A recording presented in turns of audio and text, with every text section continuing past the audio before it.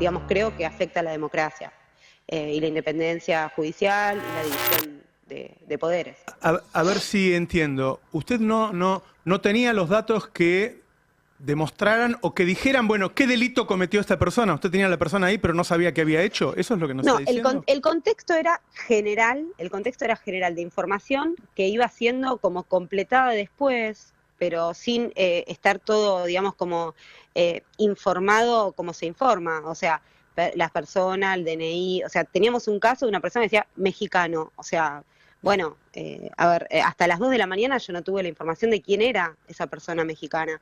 Y esto lo que a mí, lo dejé claro en la resolución, lo que a mí me daba cuenta es que era una situación de detenciones que estaban siendo convalidadas, pero que no me eran informadas con los requisitos básicos para que yo pueda ejercer el control, y eso en un contexto, como dije, de un ejercicio de un derecho constitucional que, estaba diciendo antes, debe garantizarse en qué punto, incluso que no se cometan delitos en ese contexto.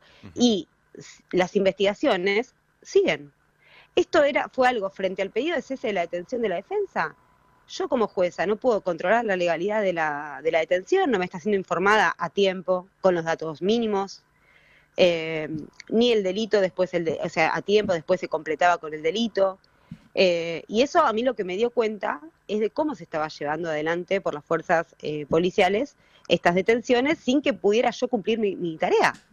Y ante la ponderación de derechos, ahí me parece, y así lo resolví, que debía, digamos, priorizarse eso, porque la investigación igual sigue.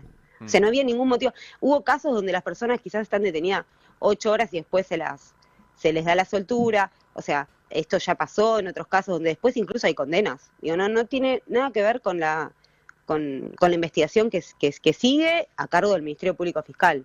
La ministra le cuestiona que si fueron detenidos en flagrancia, usted debería haberlos dejado detenidos. ¿Puede explicarlo eso?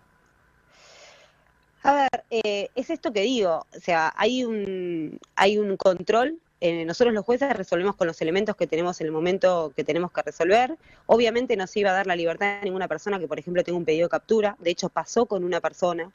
Esto es algo que nosotros lo sabemos, los que trabajamos dentro del Poder Judicial.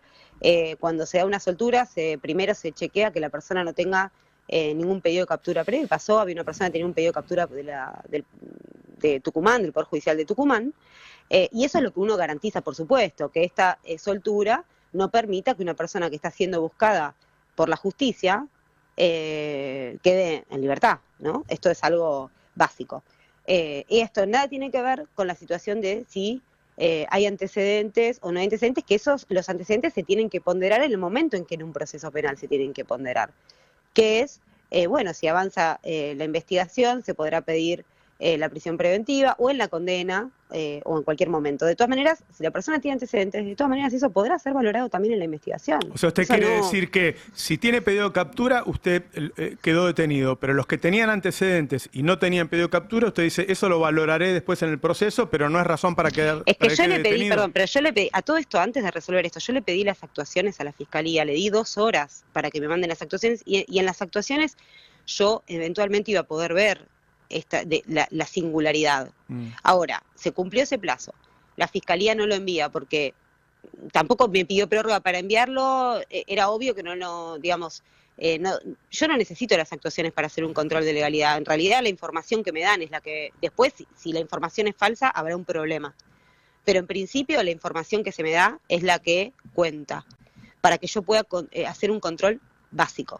Y ese control básico es el que yo no estaba pudiendo cumplir. Hay un debate sobre si había barra bravas o no. ¿A usted le consta que algunos de los detenidos eran barras bravas? A mí no me trajeron esa información, o sea, nadie trajo esa información y reitero, se podrá, digamos, formará parte de la investigación eso. O sea, eso es lo que yo quiero distinguir y siempre digo, bueno, me parece que estas confusiones se generan porque, por ejemplo, el Fuero Federal, el propio juez que mantiene o controla la detención es el que investiga y eso está un poco todo junto. nosotros tenemos yo lo único que tengo que hacer es controlar la legalidad de la detención y eventualmente si hay un pedido de medidas que restrinjan derechos básicos de las personas, también intervengo. Doctora, le hago una más. Supongo que habrá visto lo que dijo Patricia Bullrich, que dijo que había que apartarla, lo que dijo el ministro de Justicia Mariano Cunio Libarona, que también la atacó, la tapa de Clarín de hoy que la acusa de jueza camporista. ¿Cómo recibe todas esas agresiones? Bueno, yo la verdad prefiero no personalizar. Creo que es obviamente hay una personalización. He recibido muchos apoyos de las personas que tienen una carrera técnica como yo, nos reconfortan, ¿no? Apoyos de la academia, académicos. Entonces, eso es lo que a mí me mantiene, digamos, bien en el sentido de saber que yo hice lo que tengo que hacer. Uh-huh.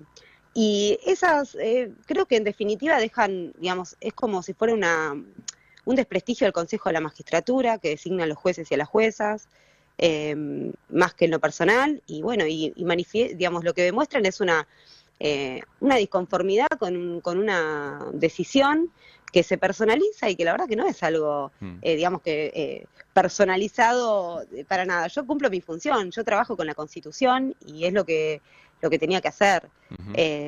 Bueno, entonces la verdad que sí, es desafortunado, por supuesto, porque los jueces y las juezas tenemos que poder resolver sin que eso conlleve, por supuesto, una crítica razonada, siempre, digamos, tiene que haber también, pero sin que eso conlleve a que por una decisión que yo hago en el marco de mis funciones, automáticamente se salga o a decir cosas que no son mías personales o a anunciar algún tipo de jury. Porque en general, también eso como, digamos, creo que afecta a la democracia y la independencia judicial y la división de poderes. Uh-huh. Pero no, la verdad que si la pregunta es más personal, he recibido muchos apoyos de los ámbitos que a mí siempre me han representado, que son los académicos y los que me han formado.